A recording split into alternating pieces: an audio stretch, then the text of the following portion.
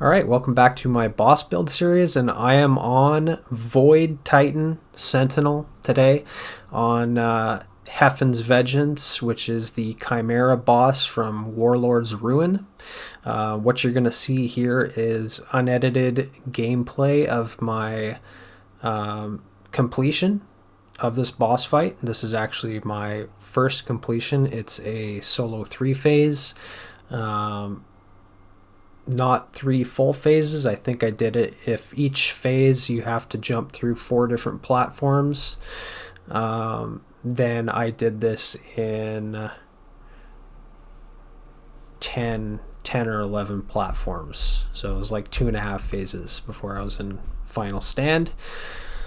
Weapons I'm using here: Leviathan's Breath, which is definitely a meta choice for doing any kind of precision damage. It does slightly more damage than Cataclysmic with 4th times the charm and bait and switch. And it synergizes with me being on a Void subclass.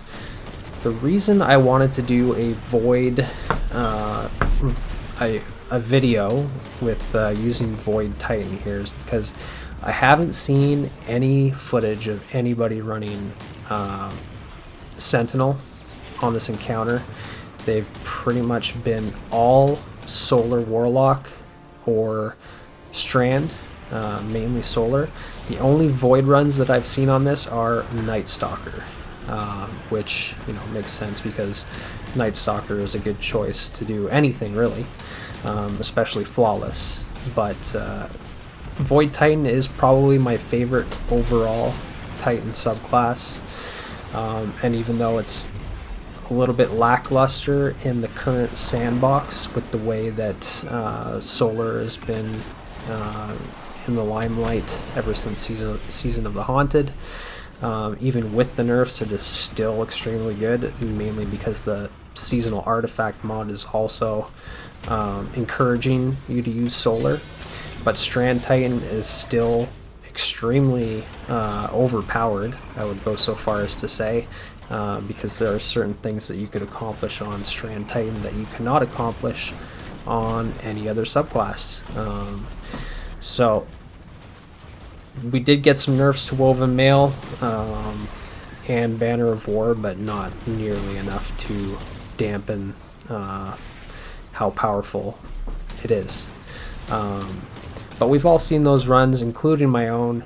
I did the first boss of this dungeon using Berserker with 1-2 punch and Frenzied Blades and grapple melee with Tractor Cannon. Other people have solo 1 phase the first boss with Berserker. The second boss I did it on Lorelei Splendor on Solar Titan, and which is a common choice for that fight because you can proc Radiant and Revitalize and Blast on every plate, and basically it's just a good way to stay alive and do damage. And honestly, if I was to do this when I go to do my solo flawless on this dungeon, I'm probably just going to use the meta choices. I'll probably just do it on Solar Titan, because even though you are seeing a completion here of the boss with Void Titan, I can guarantee you it was not easy. If you've been following any of my live streams, I've been live streaming more on YouTube lately, since all my subscribers are here on YouTube, so I figure if anybody's going to watch my live stream, it's probably going to be on my YouTube channel. But since the beginning of the season and this dungeon came out, I've been streaming here on YouTube, so you can feel free to subscribe and turn on those notifications if you haven't already, and then that way you should know when I go live. And if you want to catch any of my past VODs or live streams, you can do so by going to my page and going over to the live tab, and then that way you can watch all my fails and changes to my loadout, a bit of theory crafting, and yeah, mainly a lot of fails. So I think I've live streamed this boss fight here for probably like 5 hours total or something like that. So that's how long it actually took me to learn this fight. I'm fairly slow at optimizing my gameplay for difficult encounters, and I would consider this whole dungeon to be quite difficult. I started at 1814 or 1815. Now 1819 since the completion of this dungeon, and I just got solo operative in time to do this boss fight. So previous to this encounter, I didn't even have solo operative, but I do have it here. So doing pretty decent damage. So as far as the build goes, I will talk about my general strategy as we go through it here. I have a couple different areas where I like to do damage from, and there's a certain procedure that I like to stick to, farming up enough ammo. But basically, I want to go over the build fairly in depth because this is kind of a long video for a boss builds video. But yeah, it's like nearly a 40-minute boss fight just because each damage phase takes like 10-15 minutes, if not longer. But yeah, so as far as the Void Titan build that I'm using here, it is quite interesting because I'm actually using Helm of Saint-14, which I've never even used this exotic previous to this. Mainly because I started playing Destiny 2 when Witch Queen came out. I think was Helm of Saint-14. I feel like it was an exotic in Destiny 1 as well. And so I seem to remember it even like as soon as I started playing D2, I'm like, oh, Helm of Saint-14, this seems to ring a bell. So I feel like I might have had it in D1 if that was the thing. I could be totally off base, I'm not sure. But either way, when I started playing when Witch Queen came out, Helm of Saint-14 was pretty much unused. I never saw anybody use it. It wasn't like a top choice. Heart of the Most Light has typically been the one and only as far as Void Titan builds go. I like to use Armamentarium, and as far as I know, quite a few other people do as well. But Hoyle is pretty much ran the show as far as Void Titan builds go, ever since Void 3.0 came out anyways. However, since we got Solar 3.0, and then Arc 3.0, and then Strand, and then we got a pretty serious nerf to Heart of the Most Light. So instead of you getting 150% grenade energy or something like that, it's now 25%. So it's basically like 6 times less effective as it used to be, as far as grenade energy regen goes. So basically Void Titan has kind of slowly been power crept out of the meta ever since basically Solar came out, and especially since Heart of the Most Light got nerfed. So that kind of leaves the door open to experimenting with some different exotics. We've had a lot of different exotic reworks. I don't know if Helm of Saint-14 was touched. I don't think it was, but the reason I'm using Helm of Saint-14 here is because I wanted to well, first, what are the benefits of Void Titan? One of the things with Void Titan is you can get all of the benefits from the seasonal artifact without having to use any of the seasonal artifact. And if you've seen the seasonal artifact, you'll know that it's extremely biased towards solar builds, with a touch of Strand and a touch of Stasis that's hardly even worth mentioning. It's really all about solar. It's encouraging you to use solar.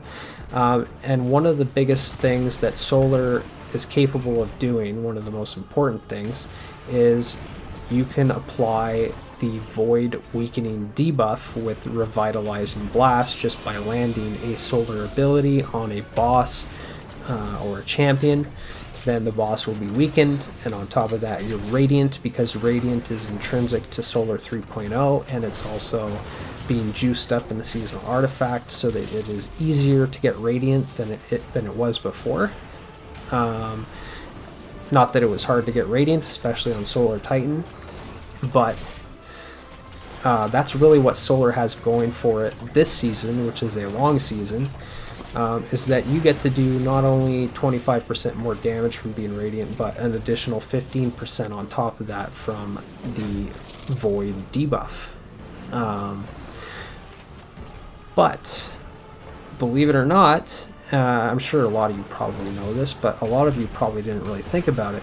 Void Titan can do the same thing. In fact, this is the second boss builds video that I've done on Void Titan in this playlist. The first one was against Percy's Inspire the Watcher. That was a different build than this one, but it was still a Sentinel build. And it was benefiting from the same bonuses that this build is, and that's why I'm bringing up Revitalize and Blast and Weaken with Radiant, because Void Titan by itself, without the help of any seasonal artifact, can also get a 25% empowering damage buff that is the same as Radiant, and it does not stack with Radiant. They don't stack with each other. It's just you get, because they're the exact same buff, you only get the 25% damage from one or the other. And on top of that, being Void, you have access to Echo of Undermining, you have access to other exotics where you can apply Weaken, like Second Chance from your shield throws. So, and I'm using Helm of Saint-14 here to basically increase my survivability with my bubble. But the main idea here is that I should be able to do top tier damage as far as my weapons go, because I will be, for the majority of the time, for the majority of all damage phases, I will have Weapons of Light for a 25% weapon damage buff, and I'll also have my grenade weakening the boss for an additional 15%. So I'm getting the exact same results on Sentinel Titan that I would be on Solar using all the seasonal artifact mods.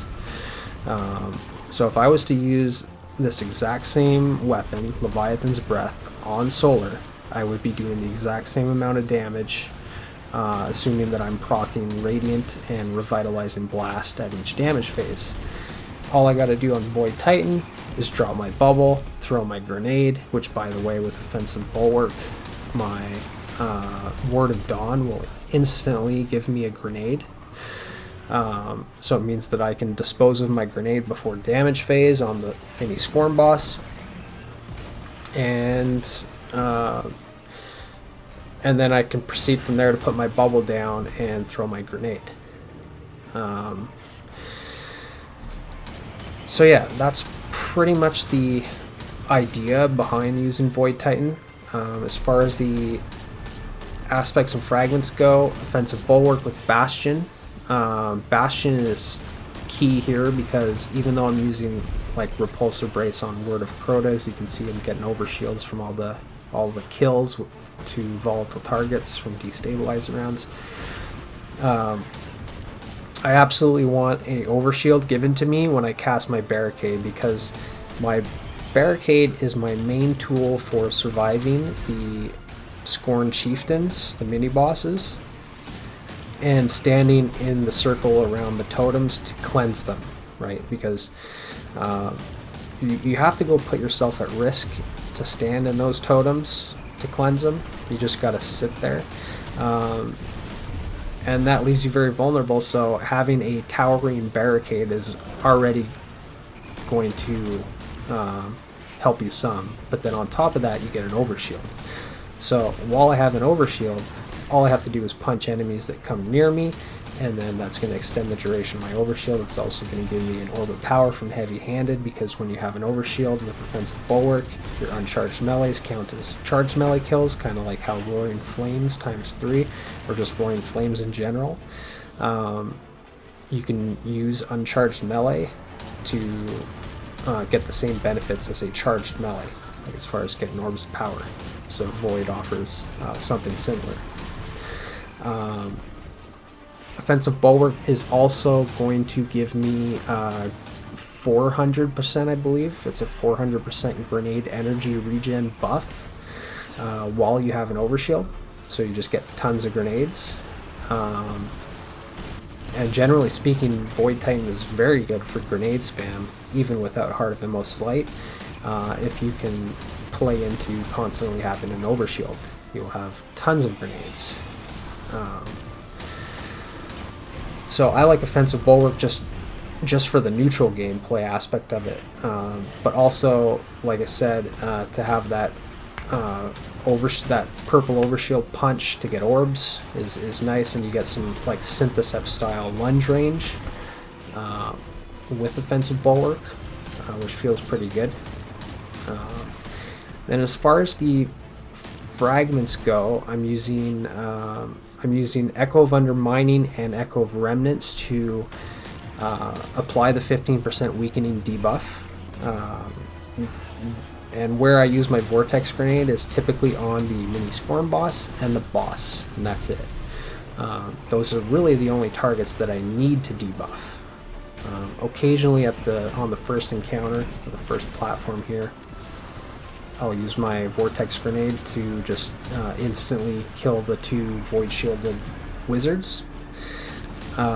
Which, by the way, is another benefit to using Void in this encounter, is that the only shields that you have to deal with are Void shields. So it actually has some good synergy there with the enemy types. But yeah, Echo of Undermining and Echo of Remnants is basically just going to give me that debuff on key targets like the boss, and it's going to apply the debuff for longer, and the grenade is going to therefore do damage for longer as well. Then the other 2 fragments that I have, so I'll go with the most essential one first, and that is Echo of Starvation for Devour. I'm not using Devour for grenade energy, although there is that bonus benefit to using Devour, is that you get more grenades. But it's, Devour pales in comparison to Offensive Bulwark when it comes to grenade energy. Devour's kind of like Demolitionist on a primary weapon. It's just you get a little bit of grenade energy every few kills, around every kill, but it's not a ton of energy. But the main reason I'm using Devour is for survivability, and unfortunately this season Devour was nerfed quite bad, actually. It got nerfed by, I think now, instead of, it used to give you a full health refund on every single kill while you have Devour. So if you're critical on health, you just get a kill, boom, your health is at 100% again. That's how Devour was, which is why it was so powerful. But I never saw it as unbalanced per se, like especially if you're going to compare it to Restoration. And although they've nerfed Restoration, like Restoration is not instant healing, but it is slow. It is healing over time. So even though Devour sounds like it could be better because it gives you all of your health back, it does require something, right? Devour requires you to get a kill. So like if you don't have an enemy to kill and something's about to kill you, well, Devour's not going to save you. But Restoration will, because you can get Restoration without having to do anything really. And it's, and while Restoration is active, you're always healing. Like there's basically nothing that you have to do to keep Restoration going, aside from getting it started. Having Devour really makes you really have to chain Devour, like in other words, you have to keep getting kills. So, but really, Devour is going to be your main way of surviving. The overshields are going to help, and the overshields are necessary in certain cases. Which is another reason why I'm using Helm of Saint-14, which I'll get into. But yeah, the Devour here is just priceless. There's so many ads to kill, which means it's very easy to have Devour up. I think I hardly ever run out of Devour. Basically on every single platform, you can have Devour procced at the start and have it run out when you're going to do boss damage. You know, by the time boss damage is done and the boss has moved on, your Devour is done. That's fine. You can reproc it on the next platform. And obviously you got to make sure that you do that. That is like absolutely critical when you go to, especially when you get up to a new platform. Your first priority should be figuring out how you can go and get an Orb of Power safely, so that you can then start, you know, kill chaining and being a little bit more aggressive than you can afford to be when you don't have Devour.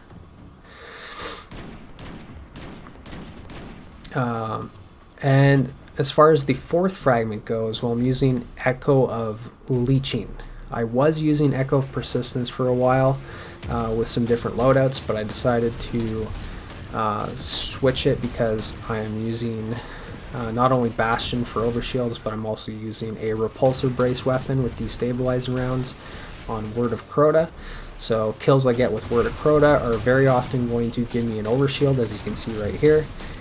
Which means that while I have that overshield, all I have to do is punch something with offensive bulwark, generate an Orb of Power, extend my overshield, and on top of that it's going to proc Cursed Thrall on Word of Crota. So then I'm not only going to be doing volatile explosions everywhere, but also Cursed Thrall explosions. So it's kind of a double whammy, which is what makes these Crota Zen weapons so fun. Same thing goes with like Abyss Defiant on Solar with Incandescent. You know, you get a punch, you get a melee kill, and then all of a sudden you're making Solar fireworks with Cursed Thrall explosions. So really good.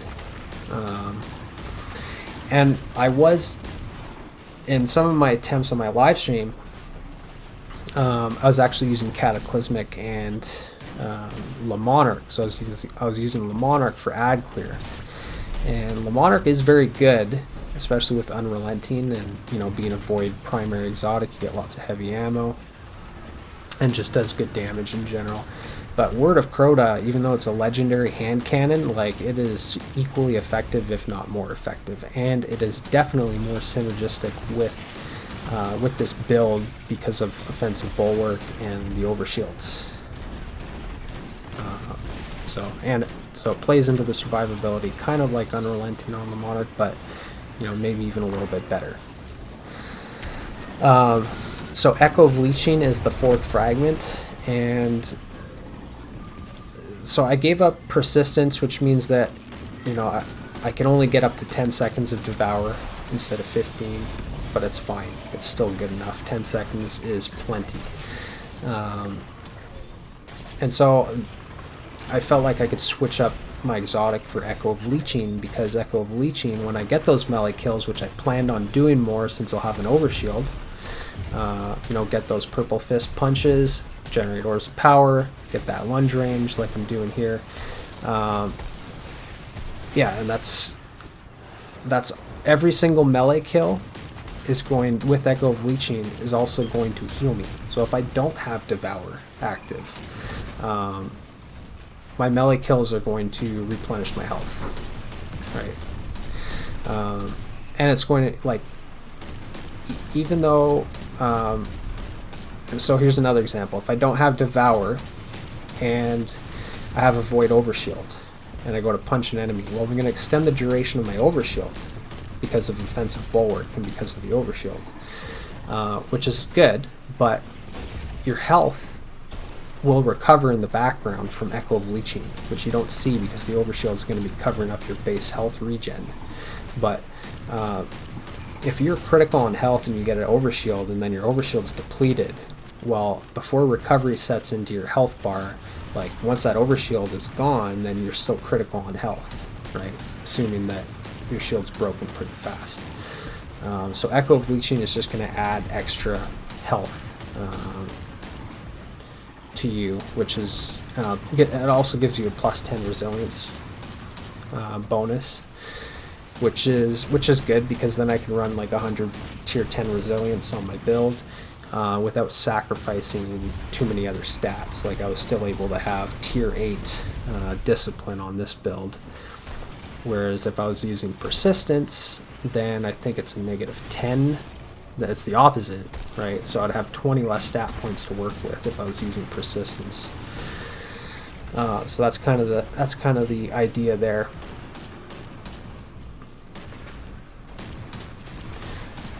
And then as far as the weapons go, supremacy is it is a backup DPS option. So since I'm doing precision-based damage on the Chimera, Leviathan's breath is my main priority. Obviously, it does nearly 200,000 damage per shot, and every single damage phase, if I can capture or cleanse 2 totems, then I'll have at least 10 seconds of damage, which means that I can shoot 6 Leviathan's Breath shots if I'm on point with, starting damage phase, and a couple of sniper shots to proc kinetic tremors.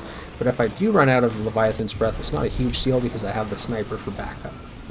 But I'm really trying my hardest to make sure that I have enough heavy ammo for every single damage phase so that I don't have to use the sniper, right? Because even though the sniper's good, it's not like Leviathan's Breath is doing just so much more. But I am using the sniper additionally because with kinetic tremors, all I have to do is shoot something twice and it procs kinetic tremors. So that means that on the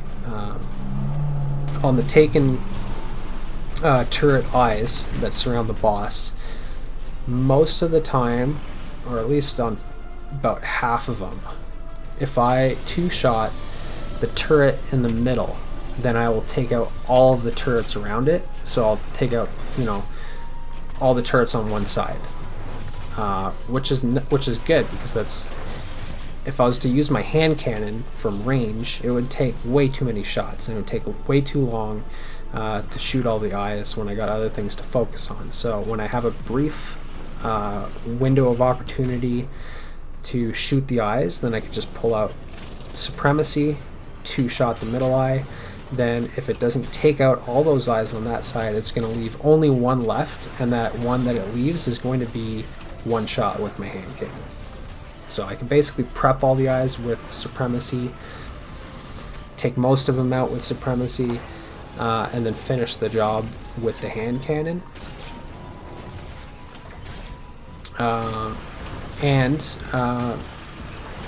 It's perfect for the mini Scorn boss. Like I'm very liberal with my ammo on the sniper with the Scorn bosses.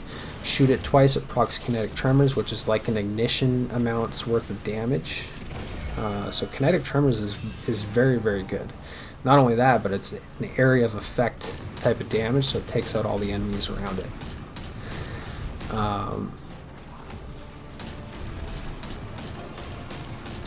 Yeah, so Supremacy, very good, just for the eyes, for the Scorn bosses, and for backup damage versus the boss. Keep in mind it's a rapid fire frame kinetic sniper, so it is on the top of the list as far as snipers go for DPS and total damage. Word of Crota, I've already talked about that a little bit, so actually I've pretty much said all I need to say about it. It has Cursed Thrall. It's a 180, which means it's good for, it's better, in my opinion, it's better in PvE for ad clear because of the faster fire rate. And then Leviathan's Breath, which doesn't really need much explaining. As long as you have the Catalyst, you get Archer's Tempo. I think you get more reserves. So as long as you can land that first precision hit, then all your shots thereafter will have significantly reduced draw time, right? Which is really what allows Leviathan's Breath to be at the top of the list for damage options when it comes to bosses that have an easy crit, or especially bosses that are at longer range. So this is really the perfect boss for something like Leviathan's Breath. Yeah, so, and then as far as my exotic of choice, Helm of Saint-14, well, where this comes in finally, I started going off about Heart of the Most Light and other exotics. Well, the reason why I landed on Helm of Saint-14, and this was after going through about 3 or 4 exotics on stream, I think. I went through Armamentarium, I went through Heart of the Most Light, I went through Second Chance, but I finally landed on Helm of Saint-14 because I remembered, oh wait, you get an overshield when you step out of your bubble, right? One of the biggest drawbacks to Ward of Dawn is that you have this false sense of security while you're inside of your bubble. The minute your bubble expires, or the minute you step outside of your bubble, then your health returns to where it was at before you went in your bubble. So if you're strafing in and out at critical health, well, every time you pop out of your bubble, that could just be the end. Like, you could just die right there. So normally what I like to do is I like to put a barricade down next to my bubble so that or adjacent to it, so when I strafe out of my bubble, I will have an overshield from my bastion barricade.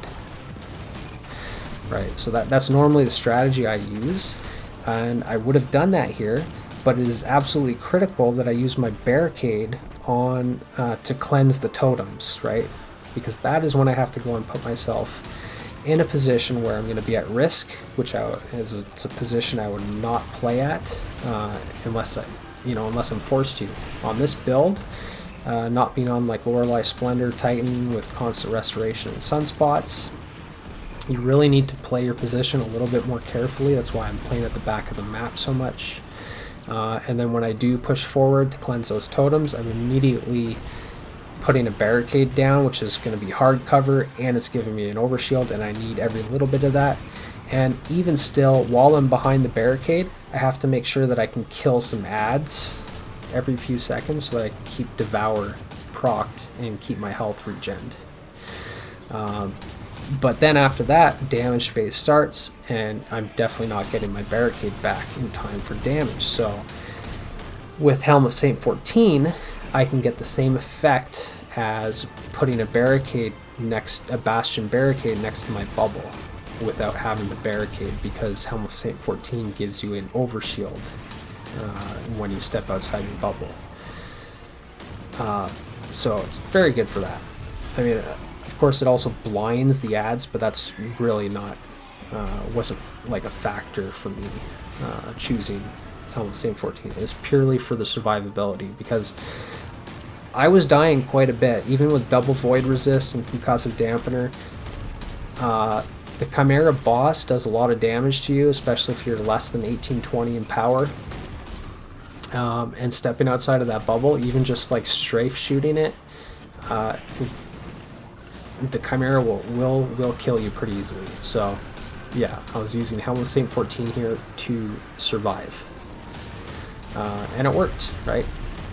So that's basically the build. The mods are nothing crazy. A lot of the build crafting that was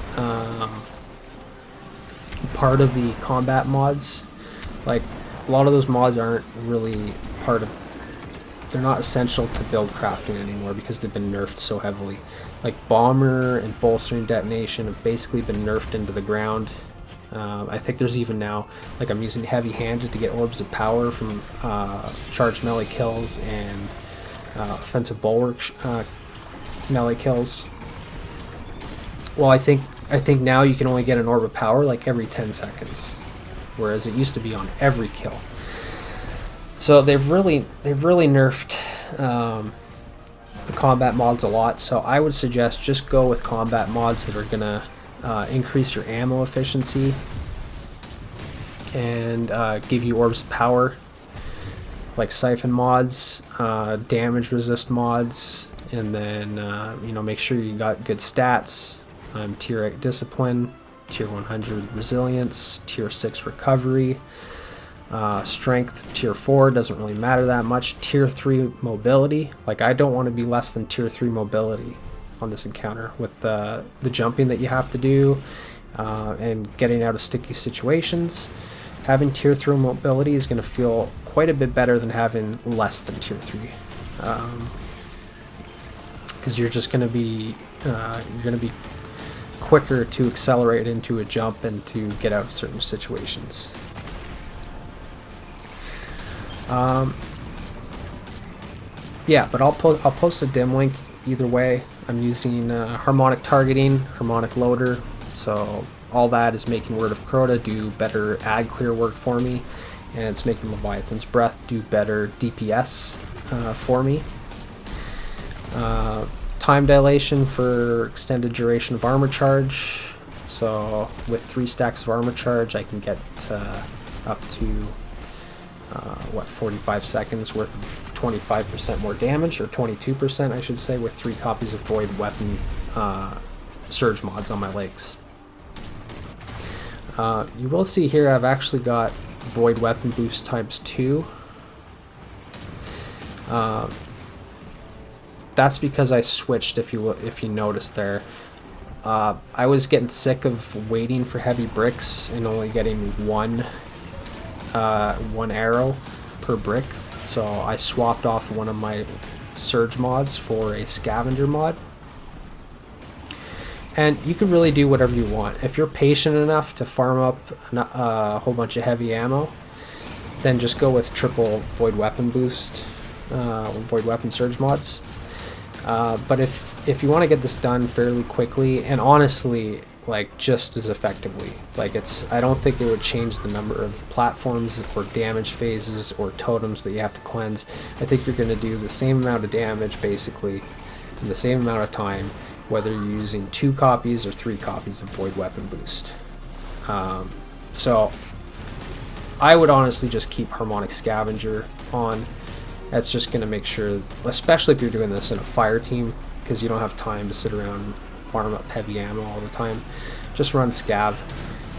That way you basically get double the amount of ammo from every brick.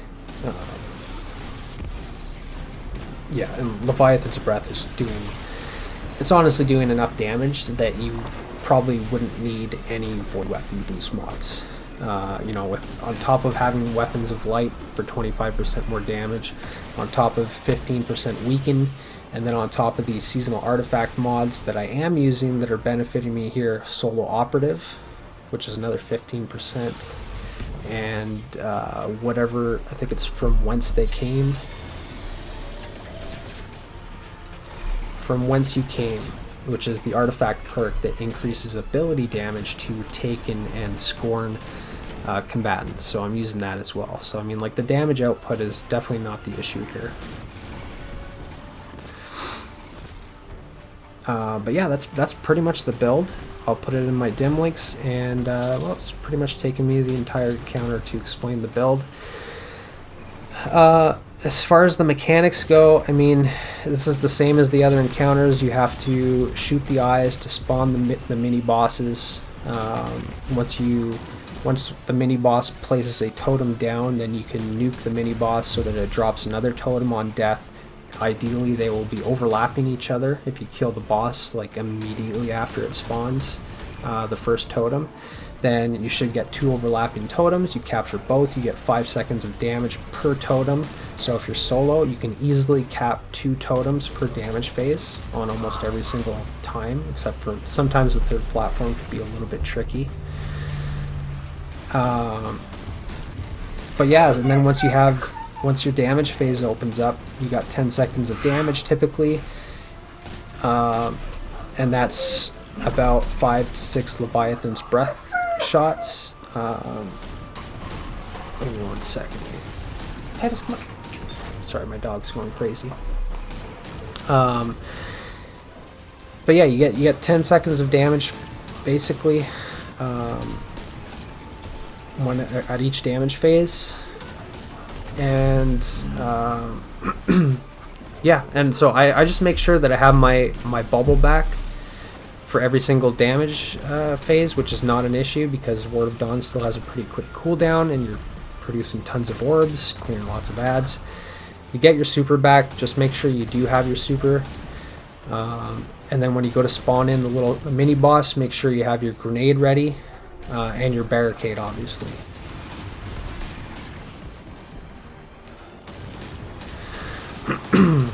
So right now I am 1 shot away from going to final stand, so I make sure that I have full heavy, I have my super, and I'm gonna risk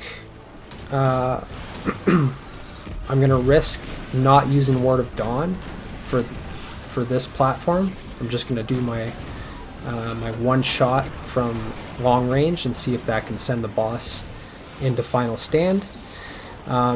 In which case I will be using my my bubble, which means I should be safe the entire time during final stand. So, and what you're going to see here, this is actually my first time going to final stand. I had previously gotten the boss to this point, but I didn't make it to final stand. So here I am. This is my first time. I have my bubble. I got my grenade back right away. Boss is debuffed. Strafing it out of my bubble. I have an overshield the whole time. The turrets can shoot me. The boss can shoot me. I don't care. Precision hit after precision hit, and Leviathan's Breath. Yep, just annihilates the boss. So that's pretty much all there is to it. Yeah, so next up will be my solo flawless. I'll probably post it onto my channel, but it'll probably be with one subclass, probably solar. We'll see. But I'll definitely be doing more boss builds videos on the different bosses in this dungeon, because we have 3 of them, so that's great. Anyways, thanks for watching. See you next time, and talk to you later.